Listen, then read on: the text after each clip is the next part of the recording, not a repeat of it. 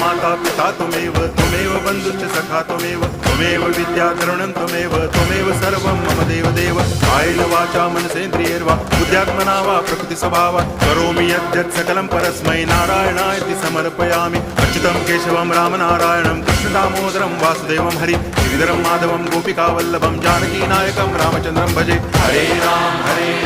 Ram Ram Hare Hare Hare Krishna